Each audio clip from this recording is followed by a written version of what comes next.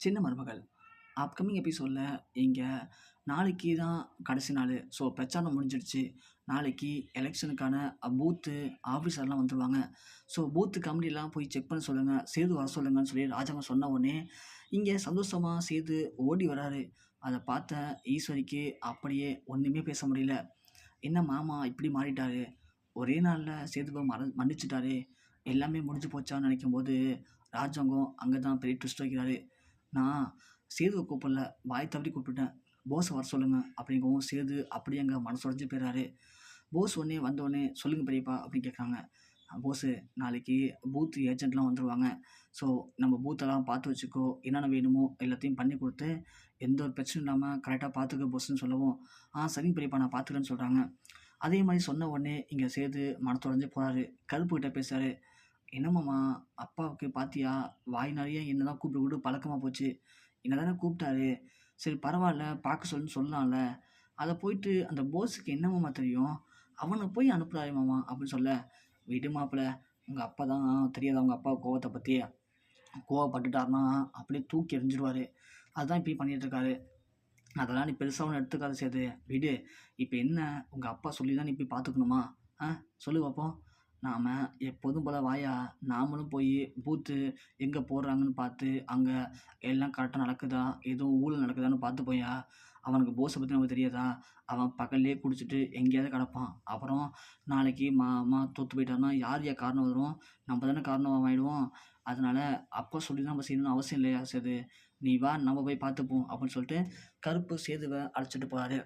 ஒரு பக்கம் இங்க ஏற்கனவே தமிழ்ச்செல்விக்கு கர்ப்பத்த கலைக்கிற மருந்த குடுத்தோம். ஆனா, அந்த மருந்து என்ன ஆச்சு? மருந்து ஏன் வேலை செய்யல? இந்த தமிழ்ச்செல்விக்கு எதுவுமே ஆகலையே!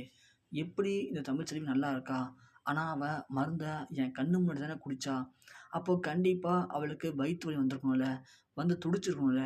ஹாஸ்பிட்டல் போயிருக்கணும்ல! என்ன தாமரை இப்படி ஆயிடுச்சுன்னு சொல்லி சாவித்திரி கேள்வி மேல கேள்வி கேட்டு மண்டைய பிச்சுக்கிறாங்க. தாம்பூலனே, "அம்மா இங்க பாரும்மா, என்னம்மா நீயாவே தனியா பேசிட்டு இருக்க?" அப்படின்னு கேட்க, தாமர எனக்கு அப்படி இருக்குடி. அந்த தமிழ்ச்செல்விக்கு நம்ம எது பண்ணாலுமே எல்லாத்துலயும் தமிழ்ச்செல்வி தப்பிச்சுக்கிட்டே இருக்கா. என்னடி பண்றது? அப்படின்னு சொல்றாங்க. சாவித்திரி கேட்குறாங்க, "தாமர அந்த பீரோல நான் வச்சிருந்தேனே மருந்து, அத தானே எடுத்து வந்த நீனு?" அப்படின்னு கேட்கும்போது, "அம்மா நீ பீரோல வச்சு பூட்டியிருந்தல்லம்மா அந்த மருந்து, அததாம்மா எடுத்து வந்தேன் நானு" அப்படின்னு சொல்லவும், "அப்போ அந்த மருந்தாண்டி அந்த மருத்துவச்சி குடுத்தா? அப்ப சரியான மருந்து தான் குடுத்துருக்கா. அப்புறம் ஏன் அந்த மருந்த குடிச்சும் அந்த தமிழ்ச்செல்விக்கு ஒண்ணுமே ஆகல?" அப்படின்னு சொல்ல, "அம்மா எனக்கு மட்டும் என்ன தெரியும்? அந்த மருத்துவச்சி என்ன சொன்னாங்க அன்னைக்கு?" மருத்துவச்சி போய் கேட்கும்போது, "இது மருந்து ரொம்ப வீரியமான மருந்து. எப்படியாப்பட்ட கர்ப்பத்தையும் கலைச்சிரும். ஸோ கர்ப்பமா இருக்கிறவங்க இந்த மருந்த குடிச்சாங்கன்னா, அவங்க வயித்துல ஒண்ணும் இருக்காது. ஒரு புழு பூச்சி இல்லாம வயித்த ஃபுல்லா கிளீன் பண்ணிடும். அதே கர்ப்பம் இல்லாதவங்க குடிச்சா ஒண்ணும் ஆகாதுன்னு" சொன்னாங்க. "அம்மா, அப்போ மருத்துவச்சி சொன்ன மாரி தமிழ்ச்செல்வி கர்ப்பமா இருக்க மாட்டாளா?" அப்படின்னு கேட்க, "ஏய் என்னடி சொல்ற? அவ தான் கர்ப்பமா இருக்கான்னு சொல்லி அவங்க ஊர் ஃபுல்லா சொல்லியிருக்காங்களே! ஒரு வேளை மருந்து லேட்டா தான் வேலை செய்யுமான்னு தெரியலையே தாமர. பொறுத்திருந்து நைட் வரைக்கும் பார்ப்போம். விடியிற வரைக்கும் எதுவும் ஆகல அப்படின்னா, நாமளே நேரா போய் மருத்துவச்சிய பார்த்து கேட்டுருவோம். என்ன சொல்ற? அப்படின்னு சொல்லவும், சரிம்மா" அப்படின்னு இங்க தாமர சொல்லிட்டு 2 பேரும் ரூமுக்கு போறாங்க. காலைல விடியுது. விடிஞ்ச கையோட போஸு நேரா பூத் கமிட்டிய பார்க்க கிளம்புறாரு. ஸோ பூத் கமிட்டிலாம் பார்த்து என்ன நடக்குதுன்னு பார்ப்போம்ன்னு சொல்லும்போது, இங்க போஸுக்கு ஒரு ஃபோன் வருது. ஃபோன் வந்தோனே போஸு சொல்றாங்க ஈஸ்வரி, "ஏய் போஸு ஃபோன் வருது பாரு யாருன்னு பாரு" அப்படின்னு சொல்லவும், போஸ் உடனே வந்து எடுத்து பேசுறாரு. "ஹலோ சொல்லுங்க." நான் போஸ் தான் பேசுறேன் சொல்லுங்க" அப்படிங்கவும், இங்க ஒரு பக்கம் அவருடைய தெரிஞ்ச நெருங்கிய ஒரு நண்பர் ஒருத்தர் பேசுறாரு. "ஆ போஸு இது மாரி நான் பக்கத்து ஊர்லேருந்து பேசுறேன்ப்பா. நான் தான் ரவி பேசுறேன்" அப்படின்னு சொல்லவும், "ஏய் ரவி சொல்றா" அப்படிங்கவும், அப்ப சொல்றாங்க, "போஸு ஒரு ஆஃபர் வந்திருக்கு சொல்லவா?" அப்படின்னு கேட்குறாங்க. "என்னடா?" அப்படின்னு கேட்கும்போது, இது மாரி பக்கத்து ஊர்ல இருக்கிற நம்ம அண்ணன் தான் எம்எல்ஏ போஸ்ட் நிக்கிறாங்க. நீ மட்டும் அந்த பூத் கமிட்டில கொஞ்சம் உங்க பெரியப்பாவ தோற்கடிக்கிறதுக்கு உதவி பண்ண அப்படின்னா, லட்சக்கணக்கில காசு தரேன்னு சொல்றாருய்யா அவரு. அவருக்கு பணம் முக்கியம் இல்லையாம், பதவி தான் முக்கியமாம். என்ன சொல்ற? அப்படின்னு கேட்கவும், "ஏய் என்னடா சொல்ற?" அப்படின்னு கேட்குறாங்க. "அதெல்லாம் செட் ஆகாதுடா. தேவையில்லாத பிரச்சனை ஆயிடும். அதெல்லாம் வேணாம். வேற எதனா இருந்தா சொல்லு. நான் கண்டிப்பா பண்ணி தரேன்" அப்படின்னு சொல்லவும், "ஐயோ! இல்லையா என்ட்ட சொன்னாங்க. சரி எனக்கு தெரிஞ்சவன் தான் அங்க இருக்கான் அப்படின்னு சொல்லி தான் உனக்கு கால் பண்ணேன் போஸு. நீ மட்டும் இந்த ஆஃபர பண்ணி குடுத்த அப்படின்னா, நீ நல்ல ஒரு ஆஃபர பார்க்கலாம். முடிவு பண்ணி யோசிச்சுட்டு சொல்லு என்னான்ட்டு" அப்படின்னு ஃபோன் வைக்கிறாங்க. உடனே போஸும் சரின்னு ஃபோன் வச்சுடுறாரு. உடனே ஈஸ்வரி கேட்குறாங்க, "என்ன போஸு? யார்றா?" அப்படி கேட்க, "இல்லம்மா என்னுடைய நெருங்கிய கூட்டாளி ஒருத்தவன் பக்கத்து ஊர்ல இருக்கான். அவனுக்கு தெரிஞ்சவங்க தான் இப்போ நம்ம பெரியப்பாவ எதிர்த்து போட்டிட்டு இருக்காங்க. சரிடா, அதுக்கு என்னவா? அதுதான் அவருக்கு இந்த போட்டில ஜெயிச்சே ஆகணுங்கிறது பயங்கர ஆசை. அவங்க தான் கிளப்பி விட்டுருக்காங்க. தமிழ்ச்செல்வி ஹோட்டல்ல அடிச்சுன்னு உட்காந்தது மாமா தான் சொல்லி, பெரியப்பா தான் சொல்லி. அதனால ஜெயிச்சிடலாம்னு சொல்லி ரொம்ப நம்பிக்கையா இருந்திருக்காங்க. இப்போ திடீர்னு தமிழ்ச்செல்வியே களத்துல இறங்கி பிரச்சாரம் பண்ணதுனால மக்கள் எல்லாமே இப்போ பெரியப்பாவுக்கு தான் ஆதரவா இருக்காங்க. ஆனா பெரியப்பா மட்டும் தோத்து போயிட்டு அவர் ஜெயிச்சிட்டாரு அப்படின்னா, நமக்கு பல்க்கா ஒரு அமௌண்ட் தரேன்னு சொல்றாங்கம்மா. அதான் "டேய் என்னடா சொல்ற? உண்மையாவாடா?" அப்படின்னு கேட்க, "ஆமாம்மா அப்படிதான் அவன் சொன்னான்" அப்படின்னு சொல்லவும், "நீ அவனுக்கு ஃபோன போடு. ஃபோன போட்டு என்ட்ட குடு ஃபோன" அப்படின்னு சொல்றாங்க. உடனே போஸும் ஃபோன் போட்டு, "ரவி சொல்றா போஸு, ஓகேவா உனக்கு?" அப்படின்னு கேட்க, "இல்லடா எங்க அம்மா பேசுறாங்க பேசுறா" அப்படின்னு சொல்றாங்க. உடனே ஃபோன வாங்கி, "யார்ப்பா பேசுறது?" அப்படிங்கவும், "அம்மா நான் ரவி பேசுறேன்ம்மா போஸ் ஃப்ரெண்டு." "ஆ, ஆ சரி, சரி சொல்லுப்பா என்னப்பான்னு" கேட்குறாங்க. "இல்லம்மா இது மாரி பக்கத்து ஊருக்காரங்க தான் நானு. எங்க தெரிஞ்சவங்க தான் நிக்கிறாங்க. அவங்களுக்கு இந்த பதவி ஜெயிச்சே ஆகணும்னு ஒரு இதா இருக்காங்க.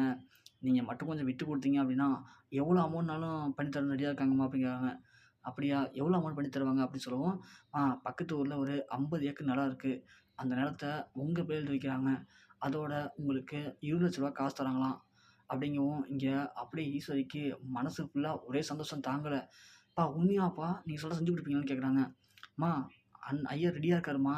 நீங்க மட்டும் ஐயாவ ஜெயிக்க வச்சுட்டீங்க அப்படின்னா, ஜெயிச்ச அடுத்த நாளே பத்திரப்பதிவு, பணம் உங்க கைக்கு வந்துருமான்னு" சொல்லவும், ஈஸ்வரனு "அப்புறம் என்னப்பா வேலை முடிஞ்சுது. உங்க ஐயா தான் ஜெயிச்சாங்கன்னு வச்சுக்கோங்க. உங்க ஐயாட்ட சொல்லிடுங்க" அப்படின்னு சொல்றாங்க. "ஆமாம்மா நீங்களே ஒரு வார்த்தை ஐயாட்ட பேசிட்டீங்கன்னா, ஐயா ரொம்ப சந்தோஷமா இருப்பாரும்மான்னு" சொல்லிட்டு, அவனும் ஃபோன் போய் குடுக்குறான் உடனே. குடுத்த உடனே, சொல்லுங்கம்மா" அப்படின்னு சொல்லவும், "ஐயா சொல்லுங்க ஐயா. நீங்கம்மா நான் ஈஸ்வரி பேசுறேன் ஐயா. ராஜாங்கத்துடைய அ தம்பி பொண்டாட்டி" அப்படின்னு சொல்லவும், சொல்லுங்கம்மா சொல்லுங்கம்மா. தம்பி சொன்னாப்லயான்னு சொல்லவும், தம்பி சொன்னாங்கம்மா." "உங்களால முடியுமாம்மா அது?" அப்படின்னு கேட்குறாங்க. "நான் பண்ணி தரேன் ஐயா. இதுல என்ன இருக்கு? நல்லவங்க யார் ஜெயிச்சா என்ன? நீங்களும் நல்லவங்க தான். உங்கள பத்தியும் கேள்விப்பட்டுருக்கேன். எங்க மாமா ஜெயிச்சா என்ன? நீங்க ஜெயிச்சா என்ன? ஆனா ஜெயிச்சா நீங்க சொன்ன மாரி செய்வீங்களா ஐயா?" அப்படின்னு சொல்லவும், "அம்மா என்னம்மா இப்படி சொல்லிட்டீங்க? நீங்க ஜெயிக்க வைங்க. நான் ஜெயிச்ச உடனே உங்களுக்கு எல்லாத்தையும் பண்ணி தரேன். இத தாண்டி இன்னும் நெறையாவே பண்ணி தருவேன்ம்மா நானு" அப்படின்னு சொல்லவும், "ஐயா பெரியவங்க சொல்லிட்டீங்கன்னா கண்டிப்பா பண்ணி தருவீங்க. நம்பிக்கை இருக்கு. நீங்க ஜெயிச்சிட்டீங்கன்னு வச்சுக்கங்கய்யா, நான் பார்த்துக்கிறேன் மீதின்னு" சொல்லிட்டு, இ சா ஈஸ்வரி ஃபோன் வச்ச உடனே போஸ்ட்டு சொல்றாங்க. "டேய் போஸு அவர் சொல்ற மாரி பூத் கமிட்டி போ. பூத் கமிட்டியில உட்கார வைக்கிற எல்லாரையும் நம்ம ஆளுங்கள உட்கார வை. உட்கார வச்சு அவங்களுக்கு ஏத்த மாரி நம்ம பெரியப்பாவ தோற்கடிச்சிடு. ராஜாங்க பெரியப்பா மட்டும் தோத்து போயிட்டாரு அப்படின்னா, கண்டிப்பா அவர் ஜெயிச்சுருவாரு. அதுக்கு அவங்க என்ன பண்றாங்கன்னு தெரியுமாடா நமக்கு? 50 ஏக்கர் நிலமும் ரூ. 20,00,000 பணமும் தராங்களாம்டா. நாம கடைசி முழுக்க இதுங்களுக்கு எவ்வளோ அடிமையா வேலை செஞ்சாலும் அந்த காசு கிடைக்காதுடா போஸு" அப்படின்னு சொல்றாங்க. போஸ் உடனே, "அம்மா பிரச்சனை ஆயிடாதுல்ல" அப்படிங்கிறாங்க. "டேய் பிரச்சனை ஆனா பார்த்துக்கலாம்டா. பிரச்சனை வராத மாரி செய்டா. அதுக்கு தான் நீ இருக்க. போ கிளம்பி போய் பூத் கமிட்டியில ஆளுங்க உள்ள வரதுலேருந்து ஓட்டு போடுற இடம் வரைக்கும் நம்ம ஆளுங்கள உட்கார வை. உட்கார வச்சு வர்ற எல்லாரையுமே அப்படியே திசை திருப்பி போடு. திசை திருப்பி போட்டு முடிஞ்ச வரைக்கும் எல்லா ஓட்டையும் நமக்கு எதிரா திருப்பி விட்றா" அப்படின்னு சொல்லி போஸ் அனுப்பிச்சுடுறாங்க. அதே மாரி போஸும் போயிட்டு அங்க எல்லாத்தையுமே திசை திருப்பி விடுறாரு. அதாவது அந்த மிஷின்ல எப்படியாச்சும் எல்லாத்தையும் மாத்தி விட்டுறணும். எல்லாருமே ஓட்டு போட்டா அது நம்ம ராஜாங்க பெரியப்பாவுக்கு விழக்கூடாது அப்படிங்கிற மாரி பேசுறாரு. அதுல ஒரு ஆள் மட்டும் விஷயம் எப்படியோ கசிஞ்சு கருப்பு காதுக்கு போயிடுது. "என்ன போஸ் அப்படியா பண்றான்?" அப்படின்னு சொல்லிட்டு சீத்துட்டு வந்து சொல்றாங்க. "யோவ் மாப்பிள என்னய்யா நீ இங்க உட்காந்துருக்க? அங்க என்ன நடக்குது தெரியுதா? மிஷின்ல ஏதோ செட் பண்ணியிருக்கானுங்கய்யா. யார் ஓட்டு போட்டாலும் அது நம்ப ராஜாங்கத்துக்கு உழவக்கூடாது அப்படின்னும், அந்த எதிர்க்கட்சி இருக்கானே அவனுக்கு உழுற மாரி கமிட்டி செட் பண்ணியிருக்கானுங்கய்யா" அப்படின்னு சொல்லவும், "என்ன மாமா சொல்ற? அதான் போஸ் அங்க இருக்கானே" அப்படிங்கவும், "அட போ மாப்பிள போஸும் விலை போயிருக்கான் மாப்பிள" அப்படின்னு சொல்றாங்க. "மாமா நீ சொல்றதெல்லாம் உண்மையா நீனு?" அப்படி கேட்கும்போது, "ஆமாய்யா, நமக்கு தெரிஞ்ச பையன் ஒருத்தவன் பூத் கமிட்டில இருக்கான். அவன் தான் சொல்லியிருக்கான்" அப்படின்னு சொல்லவும், நேரா சேதுவும் கருப்பும் அப்படியே பார்க்குறாங்க. பார்க்கும்போது அவனும் அதான் சொல்றான். "இதெல்லாம் யார்யா பண்ண சொன்னான்னு" கேட்டா, "போஸ் தான் பண்ண சொல்லியிருக்காரு. எல்லாம் அப்படிதான் பண்ணியிருக்காங்க, செட் பண்ணியிருக்காங்க" அப்படின்னு சொல்றாங்க. உடனே நேரா போறாரு போஸ பார்க்க சேது. போயிட்டு பலாப்பழம் சேது போஸ அடிக்கிறாரு. அடிக்கவும் போஸு போதையில வலி தாங்க முடியாம எல்லா உண்மையும் சொல்லிடுறான். "ஆமா, இது மாரி நானும் அம்மாவும் தான் ஆசைப்பட்டோம். பக்கத்து ஊர்க்காரரு எங்களுக்கு 50 ஏக்கர் இடமும் ரூ. 20,00,000 காசு தரேன்னு சொன்னாரு. எத்தன காலத்துல நாங்க உங்களுக்கு கூல கும்பிட போட முடியும்? எங்களால இனிமே அப்படி இருக்க முடியாது. நாங்க எங்க விருப்பத்துக்கு வாழப் போறோம்" அப்படி இப்படின்னு சொல்லிடுறான். எல்லாத்தையும் கேட்ட சேது அப்படியே போஸ அழைச்சு இழுத்துக்கிட்டு நேரா ஆஃபீஸுக்கு போறாரு. அங்க சினிமா தியேட்டர்ல ராஜாங்க ஐயா உட்காந்துருக்காங்க. போயிட்டு, "அப்பா இப்ப என்ன பண்ணியிருக்கான் பார்த்தீங்களாப்பா?" அப்படின்னு சொல்லிட்டு போஸ எல்லா உண்மையும் சொல்றாங்க. போஸும் எல்லா உண்மையும் சொல்றான். அத கேட்ட ராஜாங்கம், சன்னியாசியும் அப்படியே உடைஞ்சு போயிறாங்க. "என்ன சன்னியாசி இதெல்லாம்?" அப்படின்னு கேட்க, "அண்ணே எனக்கே ஒண்ணும் புரியலண்ணே. படுபாவி! சோத்த போட்டு நல்லா அவன தெம்பா வளர்த்து விட்டோம்ல, அதானே உருண்ட விட்டு ரெண்டகம் பண்ணியிருக்கான். ச்சீ! இவன்லாம் என் புள்ளையே கிடையாதுண்ணா அப்படின்னு சொல்ல, இதெல்லாம் பண்ண சொன்னது ஈஸ்வரி அம்மா தானப்பா அப்படின்னு சொல்லவும், இங்க சன்னியாசிக்கு பயங்கர கடுப்பாவுது. அண்ணே நான் சொல்லல. அதுக்கு தானே நான் அன்னைக்கே சொன்னேன். போஸுக்கு இந்த வேலைலாம் குடுக்காதீங்க அப்படின்னு சொல்லிட்டு. அந்த ஈஸ்வரி எல்லாரையும் கெடுத்துருவாண்ணே. அவ உங்கள வீல் வைக்கிறதுக்கு எவ்வளோ வேலை பார்த்துருக்கா பார்த்தீங்களா? ச்சீ! அவளாம் ஒரு பொம்பளையாண்ணா அவ அப்படின்னு சொல்லி இங்க சன்னியாசி ராஜாவும் செம்மையா கொந்தளிக்கிறாங்க. என்னையோட இந்த ஈஸ்வரிக்கு ஒரு முடிவு கட்டுவோண்ணே. இனிமேலும் இந்த ஈஸ்வரி, போஸு, சித்ரா 3 பேரையும் வீட்டுக்குள்ள விட்டோம் அப்படின்னா, கண்டிப்பா வீட்டுக்குள்ள பூந்த ஆமை மாரி நம்ம குடும்பத்தையே அழிச்சிருவாளுங்கண்ணே இவளுங்க. அப்படின்னு சொல்லிட்டு ராஜாங்கமும், சன்னியாசியும் அப்படியே கொந்தளிச்சு கிளம்புறாங்க.